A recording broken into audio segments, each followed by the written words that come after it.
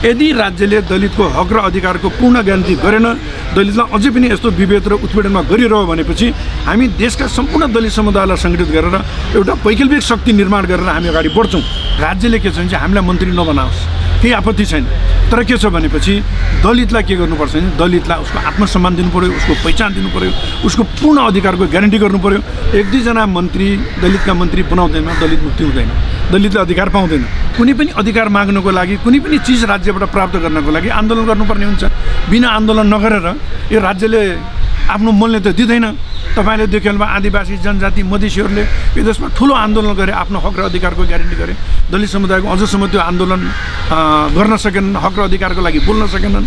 राजनीतिक दलमा लागेका दलितहरूले पनि आफ्नो दलका नेताहरूसँग दलितको हक र अधिकार अपुरो छ, दलितलाई कमसेकम अगाडि बढाउनुपर्छ, यसको लागि नियम कानुन बनाउनुपर्छ भनेर राजनीतिक दलका मान्छेले पनि, नेताहरूले, दलितमा लागेका नेताहरूले पनि बोल्न नसकेको कारणले बाध्य भएर हामीले स्वतन्त्र रूपले अब देशभरिका दलित समुदायलाई जगाएर, चेतना जगाएर अब आफ्नो हक र अधिकारको लागि हामी एक ठाउँमा जुड्नुपर्छ। एउटा जोरदार रूपले आन्दोलन गरेर राज्यलाई धक्का दिएर हामीले आफ्नो अस्तित्व, आफ्नो पहिचान र आफ्नो पूर्ण हक र अधिकारको ग्यारेन्टीको हामीले सुनिश्चित गर्नुपर्छ भनेर हामीले यो दलित मुक्ति अभियान यो आन्दोलन पनि हो र यसको चेतना पनि हो। चेतना नजाएसम्म आन्दोलनमा हामी पूर्ण रूपले अगाडि बढ्न सक्दैनौँ। त्यसैले गर्दाखेरि दुईटै नै हो। यो सबै चिजहरू कमसेकम पनि दलितको चित्रकलाले सिँगारिएको यो देशमा, त्यही जसले जो देशलाई सिँगार्यो त्यही मान्छे आज अशुद्ध छ, आज त्यही मान्छे विभेद छ, अन्यायमा छ हैन। त्यसले गर्दाखेरि संविधानमा सम्मानजनक व्यवस्था गर्नको लागि हामीले संविधानको पुनर्लेखनमा दलितका सबै कुराहरू सम्बोधन गरेर जानुपर्छ भनेर हाम्रो धारणा थियो। हिजोको दिनमा पञ्चायती कालदेखि, राणा शासनको कालदेखि जसले नेपालको राज्य सत्तामा, अवसरमा, सुविधामा, राजनीति पहुँचमा जसको हालिमुहाली थियो, आज त्यसै समुदायको हालिमुहाली गणतन्त्र नेपालमा पनि छ। यो आरक्षण भन्ने कुराहरू यो देखाउनेमा ती कुरो भइरहेको छ।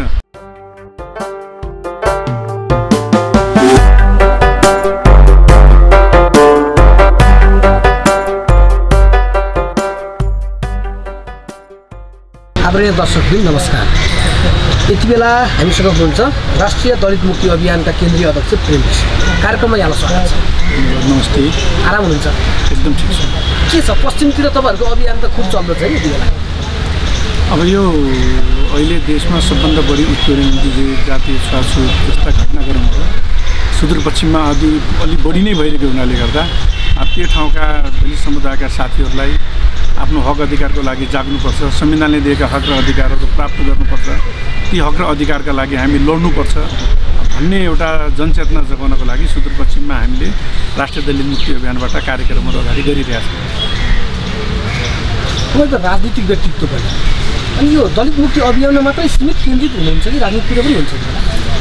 अब यस्तो मेन कुरो राजनीति गर्नुको उद्देश्य पनि यो देशका गरिब, निम्का, उत्पीडनमा परेका, अन्यायमा परेका, आफ्नो हक र अधिकारबाट वञ्चित भएका जनताको सेवा गर्नु हो हैन। त्यसैले गर्दाखेरि अहिले राजनीतिक दल पार्टीहरूले पनि गरिब निमुखा जनताको पक्षमा बोल्न छोडिसके हैन। दलित उत्पीडित समुदायको हक र अधिकारको बारेमा पनि बोल्न छोडेका कारणले गर्दाखेरि अहिले अब स्वतन्त्र रूपले एउटा दलित हक अधिकारको लागि एउटा अभियान चलाएर यो देशका गरिब निमुखा जनताको, दलितको हक र अधिकारको पक्षमा आवाज उठाउनुपर्छ र हामीले जोरदार रूपले सबै दलित समुदायलाई सङ्गठित गरेर अगाडि बढ्यो भनेपछि राजनीतिक दलहरूलाई पनि दबाब दिएर दलितको पूर्ण हक र अधिकारको ग्यारेन्टी गर्नुपर्छ भनेर म यसरी सामाजिक मुभमेन्टमा पनि लागेको हो। राष्ट्रिय दलित मुक्ति अभियान तपाईँले जुन अभियान चलाउनु भएको छ, यो अभियानको विशेषता र आवश्यकता चाहिँ के हो? प्रश्न पार्नुहुन्छ? यसको आवश्यकता र विशेषता भन्नुपर्दाखेरि अहिले जुन नेपालमा 2072 सालको जुन गणतन्त्र नेपालको संविधान जारी भयो, यो संविधानमा पनि यो नेपालका अधिकांश जाति समुदायले आफ्नो हक र अधिकार पाए, हक र अधिकारको ग्यारेन्टी गरे। तर नेपालमा हजारौँ वर्षदेखि बिना कारण उत्पीडनमा रहेका, विभेदमा रहेका हैन समुदाय, जो आफ्नो हातमा चित्रकला भएका समुदाय जसलाई अहिले नेपाल सरकारले दलित समुदाय भन्छ, त्यो समुदायले आफ्नो हक र अधिकार प्राप्त गर्न सकेन, आफ्नो पूर्ण हक र अधिकारको ग्यारेन्टी हुन सकेन। नेपाल सरकारले जुन नेपालमा रहेको जाति विभेदको बारेमा बोल्न सकेन, दलित समुदायलाई आज संविधानले केही हक र अधिकारको ग्यारेन्टी गरेको छ, तर त्यति हक र अधिकारले दलितको हक र अधिकार पूर्ण भयो भन्ने सक्ने खालको अवस्थामा छैन। किनभनेपछि यो गणतन्त्र नेपालमा कुनै पनि नेपाली नागरिकहरू सानो ठुलो हैन अथवा एकअर्कामा भेदभाव नहुनुपर्ने अवस्थामा आज पनि हाम्रो देश नेपालमा जातीय विभेद सानो ठुलो उच निच भन्ने भावनाको विकास भइरहेको हुनाले गर्दाखेरि आज तमाम दलित समुदायका मान्छेहरू मठ मन्दिरमा जानबाट वञ्चित छन्, पिटाइ खाइरहेका छन्। हाम्रा दलित समुदायका चेलीबेटीहरू बलात्कृत भएर न्याय पाइरहेका छैनन् हैन। अन्तर्जातीय विवाह गरेकै माया प्रेम गरेकै कारणले मान्छे मारिनु परेको छ। अनि त्यो कारणले गर्दाखेरि हामीलाई के लाग्यो भने चाहिँ राज्यले दलित समुदायको वास्तविक यसको जो दलित समुदायको आइडेन्टिफाई के हो त, दलित समुदायको आफ्नो आत्मसम्मान के हो, दलित समुदाय भनेको के हो, यो वास्तवमा जन्मजात अछुते समुदाय हो कि अथवा हिजोको दिनमा राज्यले यिनीहरूलाई अछुत बनाएर राखेको हो कि, यस्तो बारेमा राज्य बोल्नुपर्छ भन्ने कुरो राज्यले दलित समुदायको बारेमा एउटा पनि नबोलेको कारणले गर्दाखेरि आज दलित समुदायलाई हेर्ने दृष्टिकोण राणा शासनको पालादेखि लिएर अहिले गणतन्त्र नेपालसम्म त्यही अवस्थामा रहेको हुनाले गर्दाखेरि हामीले के हो भनेपछि अहिले हामीले राष्ट्रिय दलित मुक्ति अभियानको आवश्यक छ जनता चेगाएर राज्यसँग लड्नको लागि आवाज उठाउन आवश्यकता महसुस गऱ्यौँ। यसको विशेषता के हो भनेपछि यसले यो अभियान चलाएर राज्यलाई हामीले अब दलितका बारेमा सर्वप्रथम दलितको आत्मसम्मानको सुनिश्चित गर्नुपर्छ र दलित समूहलाई हर क्षेत्रमा हक र अधिकार दिएर अगाडि लैजानुपर्छ भन्ने खालको एउटा सोच बनाएर हामी अगाडि बढेका हौँ। यसको लक्ष्य त्यही हो, यसको उद्देश्य पनि त्यही हो। भनेपछि 2072 सालको संविधानले जुन आरक्षणको ग्यारेन्टी गरेको छ त्यसले मात्रै पुगेन भन्ने हो? एकदम बहुत राम्रो कुरो हो। किनभने चाहिँ यो नेपालमा सबभन्दा बढी उत्पीडन विभेदमा परेको र अहिलेसम्म सदियौँदेखि राज्यको हर क्षेत्रबाट वञ्चित भएको समुदाय भनेको दलित नै हो। अब अहिलेको यो 2072 सालको संविधानले दलितलाई मात्रै आरक्षण दिएको छैन, दलितलाई त 9% मात्रै आरक्षण दिएको छ हैन।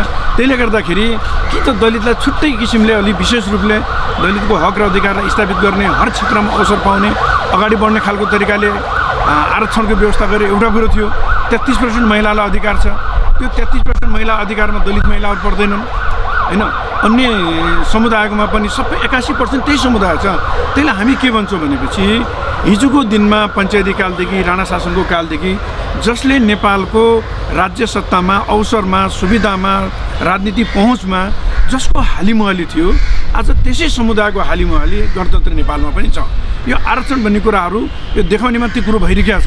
त्यसैले गर्दाखेरि हामी के भन्छौँ भनेपछि दलित समुदाय बिना कारण राज्यलाई उत्पीडनमा पारेको छ, विभेदमा पारेको छ, राज्यको सबै अवसरदेखि वञ्चित पारेको छ, जाति विभेदमा पारेको छ। त्यसलाई समग्र रूपले अगाडि बढाउनको लागि राज्यले विशेष अधिकारको व्यवस्था गर्नुपर्छ भन्ने हाम्रो मान्यता हो। यो विशेष अधिकारभित्र चाहिँ के पर्छ? विशेष अधिकारभित्र सर्वप्रथम त के छ भने विशेष अधिकार भन्नाले के दिन्छ भने दलितको सबभन्दा पहिले आइडेन्टिफाई आउँछ।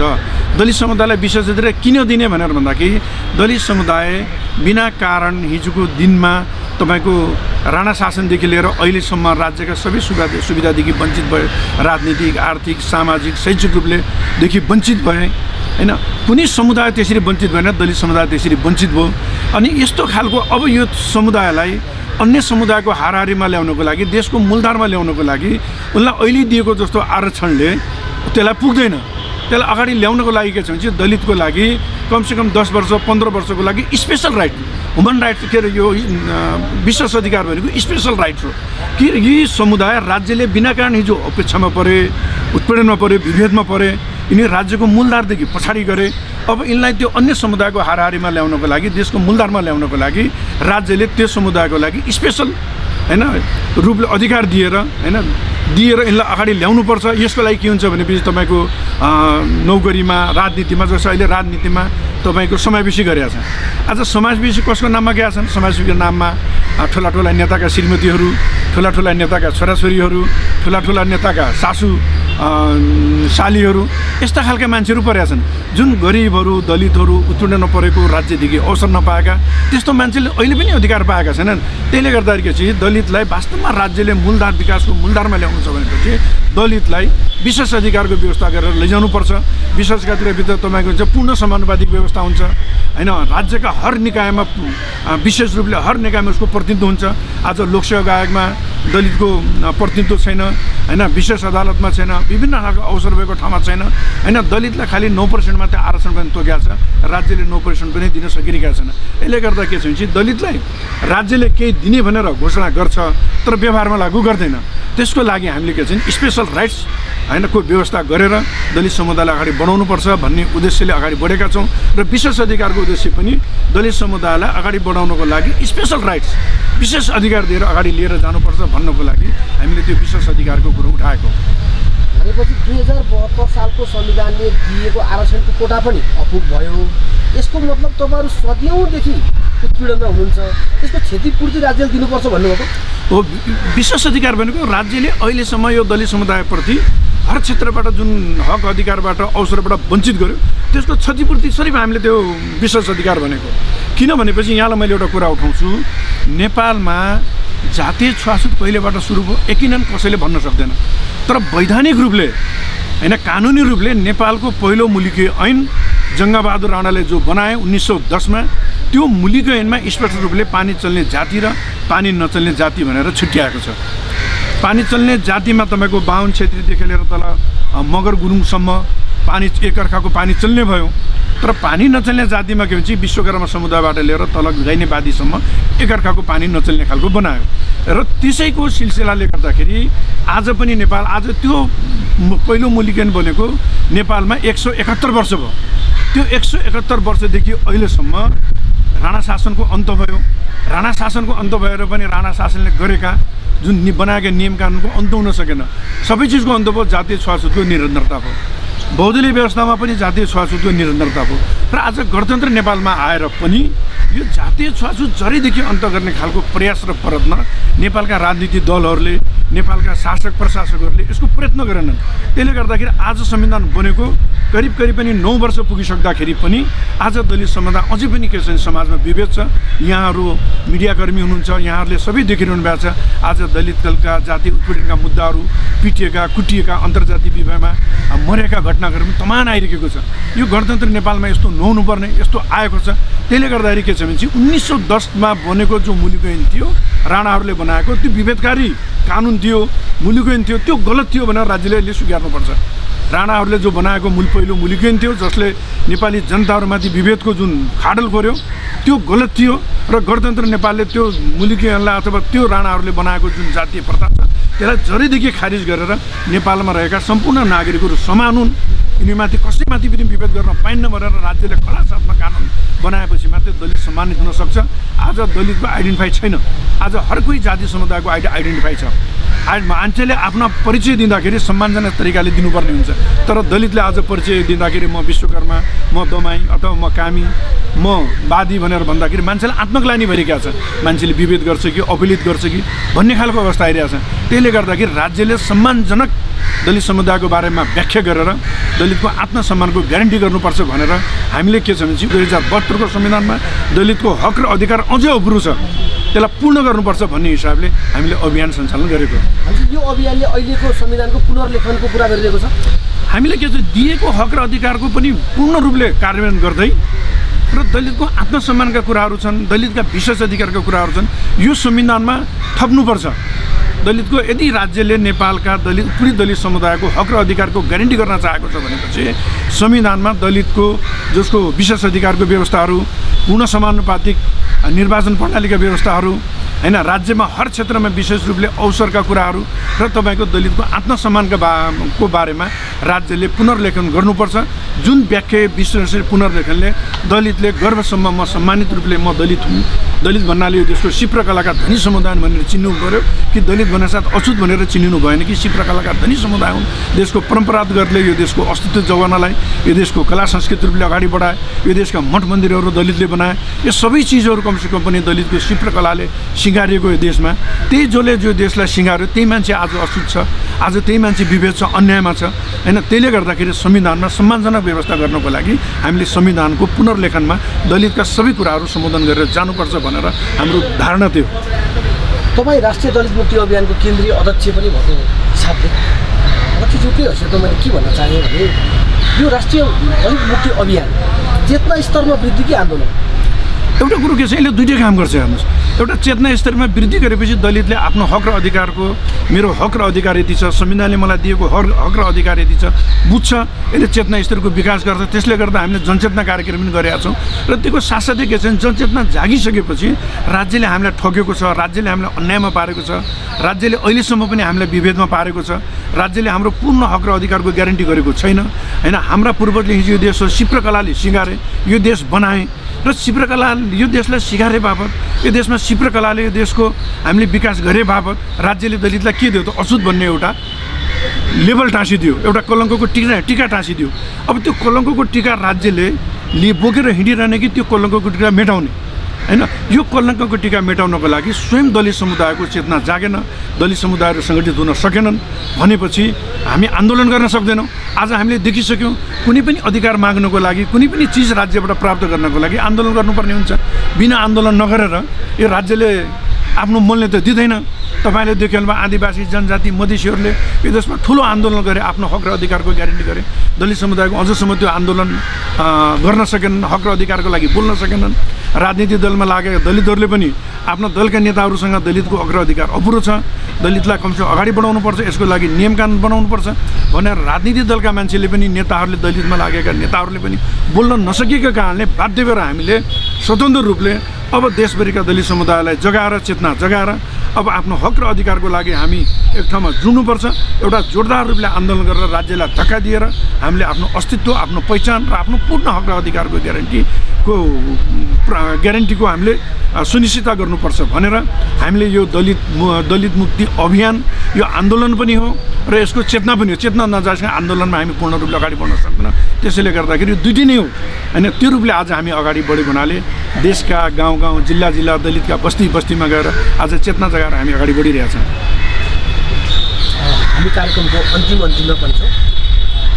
तपाईँलाई मेरो प्रश्न, आखिर पञ्चायतकालदेखि अहिलेसम्म आइपुग्दा राज्य सत्ताका कुनै न कुनै भागमा दलित समुदायले पनि प्रतिनिधित्व गरेको देखिन्छ। जहाँ मन्त्रीसम्म बन्नु भएको छ, पूर्ण रूपमा फुल मन्त्री हो। के उहाँहरूले मन्त्री बनेर काम गर्न नसक्नु भएकै हो?